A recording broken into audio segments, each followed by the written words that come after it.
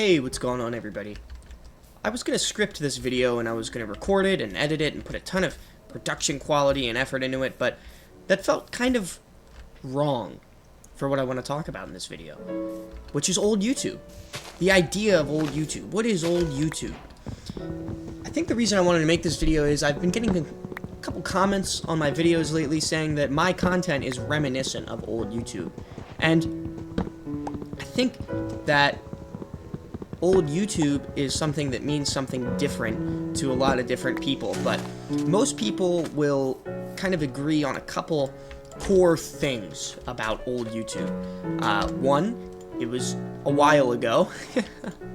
Two, YouTube has changed. It's not just time that has, made YouTube old and new. There has been a lot of changes between old YouTube and present day YouTube. And three, old YouTube was better. Right? Now, the last point is controversial, in my opinion. I don't think it's entirely true. I think the content on YouTube now, at least the content that's good, is awesome. I think there's so much great content on YouTube today. However, I also think there's a lot of bad content on YouTube today. Just like there was back in the day, but anyway. So when I think of old YouTube, personally, I think of Let's Players, right? I think of, like, the early 2010s. I think of, like, 2012, man. That's, like, the year that sticks in my head when I think of old YouTube. I think of guys like Jacksepticeye, PewDiePie, Markiplier, Dan TDM, Ant Venom, Sky Does Minecraft, right? I think of all of these players, all of these guys who were just sitting in their room making videos because they wanted to. They didn't really, like, I don't think they were, like, thinking, like, oh, this is going to be my new hustle, or this is going to be, like, what I do for a career, this is going to change my life forever. I think they were thinking, like, man, I really like video games, and I'm a freaking weirdo. I'm gonna record myself playing them alone in my room, and I'm gonna upload it on the internet for strangers to see. And lo and behold, those guys' lives were changed forever, and now their names are household names in some cases, especially the likes of Markiplier, PewDiePie, and Jacksepticeye. Me personally, I was a big fan of Jacksepticeye. I was a big fan of PewDiePie, but especially Jacksepticeye. Markiplier as well, but I really watched a lot of Sean's content back in the day, and it really warms my heart to see the guy has stayed out of basically any and all controversies that are actually serious throughout all these years. He really is just a normal guy. He's just a normal guy. And his old content in particular is so heartwarming to watch, especially the content where he's talking about channel growth, because his channel grew very fast, but not so fast that it was like he couldn't acclimate to it, and it destroyed him. He was sitting in his cabin in Ireland as a college student, just playing these videos until eventually it just took over his life, and I just think that's the coolest thing ever. And I think what's really, really crazy about Jacksepticeye is he was making 2 videos a day for years, all on his own. He was filming them, he was editing them, he was making the thumbnails for them, he was uploading them. Like, that's crazy. That is so insane. He did that for years, like 7 days a week. And why did he do that? He did it because he loved it. And it's crazy because, like, a lot of guys were doing that as well. Like, it wasn't just him who was really cranking out content like that. I think he was definitely the most ahead of the pack when it came to how much content he was putting out. But other Let's Players, Markiplier, PewDiePie, those other guys were also putting out content, like, a lot. And that was kind of just the expectation back then, and it just worked, is another reason why I think a lot of guys did it. I think guys like Sean, right, Jacksepticeye, I think he was kind of doing that because he just loved it so much, which is so beautiful. to just wake up every day and just love what you do and just be such a natural at it, just not have to think twice about it, just be entertaining, just not have to put all this crazy production quality into your videos, just to be a personality in front of a camera doing whatever, and you have millions of people watching you every day, and that's your life. And he and so many other people made their way into a career and made their way on YouTube doing that style of content for so long. And I think that's why we kind of saw that sort of just really rapid upload schedule of a lot of these guys back then, was because it just worked and people were happy to watch it. As a kid, I don't even think I really watched TV, and I still don't really watch TV, especially now. You know, TV's kind of not really a thing anymore. It's all streaming.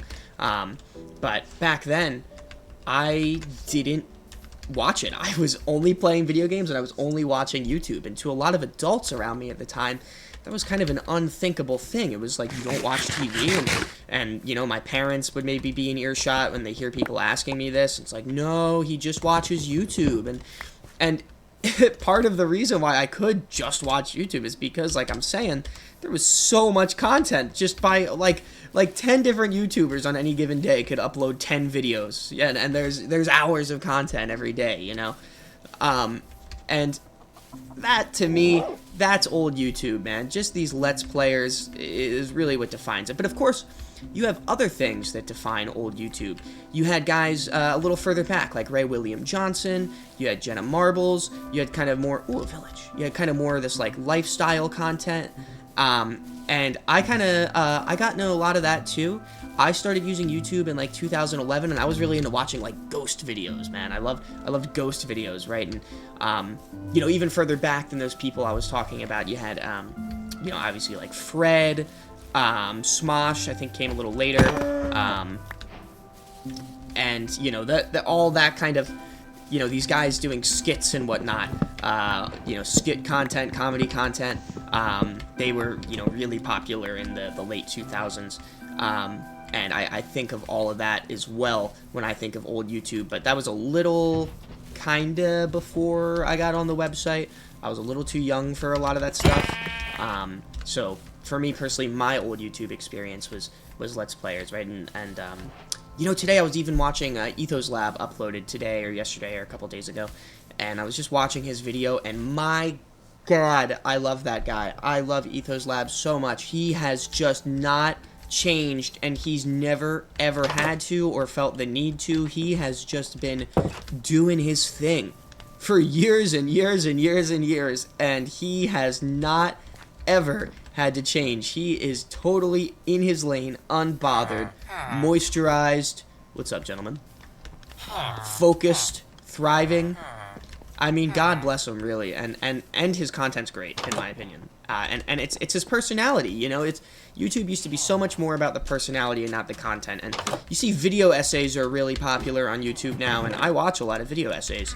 However, they're much less about the content, and a lot of the time, whoops, you watch a video essay and, you know, it's just a channel that got recommended to you, and you're not even remembering the name of the channel afterwards because there's just so many people making video essays now. There is a lot of people my age who are kind of making old YouTube style content right now, and it's not something that I'm trying too hard to capture, because the whole point of old YouTube is that it's effortless, right? It's just a guy kind of doing his thing, and obviously you want to make sure the content's good, you want to make sure it's entertaining, but you don't want to be going over the top with it, you know?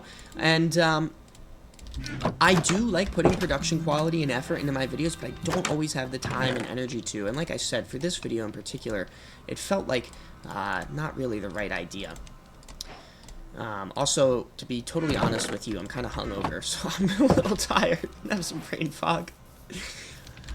There's another YouTuber I just thought of, man, who I think, unfortunately, he died by suicide a couple years ago. His name was Steve Cash, I think 83, 85, I don't know. But his name was Steve Cash, and he made a series of videos called the Talking Kitty Cat videos, and they were like lifestyle vlog comedy videos where he had all these cats, and they would have, you know, all these crazy personalities and be super vulgar, and man, they were the greatest ever. I loved those videos. They're still all up. I highly, highly recommend you watch them. I'm so sad that he passed away a few years ago. His content was such a big part of my childhood. It was way too vulgar to be watching at the age that I was. But nobody could stop me from watching them because I love the videos so much. So rest in peace, Steve. Leave a comment if you remember Steve Cash, because I don't actually have any friends who remember him. And another person I've just thought of, kind of thinking of old YouTube, was kind of in the transition out of old YouTube, when YouTube really started changing in like the mid-2010s into a much more corporate environment like we see today. I think of McJuggernuggets, Jesse Ridgway, right? Now, Jesse Ridgway is really interesting to me and really cool to me in particular because he's actually also a New Jersey native like myself and actually lives like really close to me. I'm pretty sure I can go get to his parents' home in like a half hour, and I think I actually have some family members who know his family. But that being said, oh, and also I was playing some Left 4 Dead with him a couple months ago. He put on Twitter, asked people to play Left 4 Dead with him, and that was really cool talking with him and playing Left 4 Dead with him because I was a huge fan of his channel.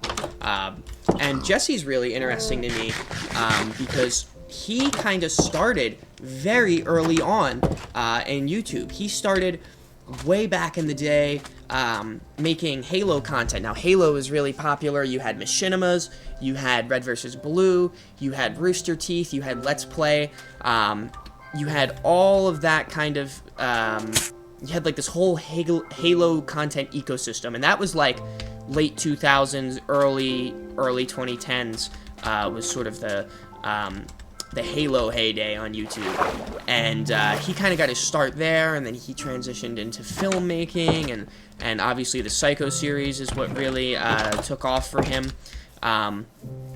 But it's interesting to see him in particular having started all the way back, like right at the conception of YouTube, and in like the 2006. 2007, I think, is when he started, and still is uploading today. He actually even tried to create a YouTube competitor a while ago, but I don't think that really got anywhere. Anyway, man, all that being said, I think personally that while YouTube is much more corporate today and is much more, I don't know, it's different. YouTube's different today. I do still think that the idea of old YouTube and trying to make it on YouTube is trying to kind of conjure the idea and the vibes of old YouTube. I think it's still totally a viable strategy. I don't think it should be your entire brand, because you don't want to just exist off of just a vibe. You want to have a personality and be somebody else, because the truth is that this kind of whole old YouTube thing that we're seeing right now is sort of a trend. It is a resurgence, and trends come and go. So maybe when the trend leaves and isn't as popular anymore, you want to try and build an audience based on your personality and not just the trend, right? So, like I said, though, I think that it's totally still possible to make it on YouTube, making this style of content. I think that while it is a trend, I think it will kind of stick around for a little bit. And I think it's going to kind of persevere because a lot of people my age, like I said, are creating this style of content that's low production effort and is very personality driven. It's very laid back. It's very much about life. And I think, honestly, another big thing is people don't really have time to put a ton of production quality into YouTube videos right now because it's kind of hard to get by in life right now. It's not really a great economy or socioeconomic circumstances we're living in and through right now. So, yo, keep your distance, brother. So people kind of working a lot don't really have time to be yo, social distance. We're good. I'm a beast.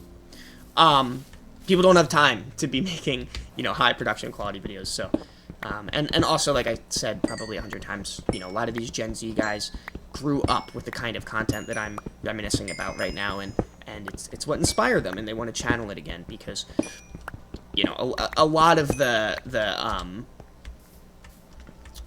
like corporate YouTube content and the push for a more corporate YouTube is obviously very millennial and Gen X driven, and now that Gen Z is getting older and trying to find their space online as creators and whatnot, you see that a lot of Gen Z guys don't really want to make like these really very like corporate overproduced videos. They want to kind of make content like I'm trying to make right here right now. So anyway, I think that's about all I have to say in this video here. I do love YouTube as a platform, and I'm really grateful it's still around, and I'm really grateful it's still worth using. Obviously, it's changed a lot over the years, but I do think it's totally usable, and I think that it's in a better place than it has been in quite a while. Maybe I'm ignorant, maybe I'm naive, maybe I'm arrogant. I don't know. You tell me. Leave a comment down below. Thank you all so much for watching this video. I really appreciate you watching to the end. If you did, you are a beast. I'm getting a phone call. My name is Gavin. Have a great day. Love your neighbor. Peace.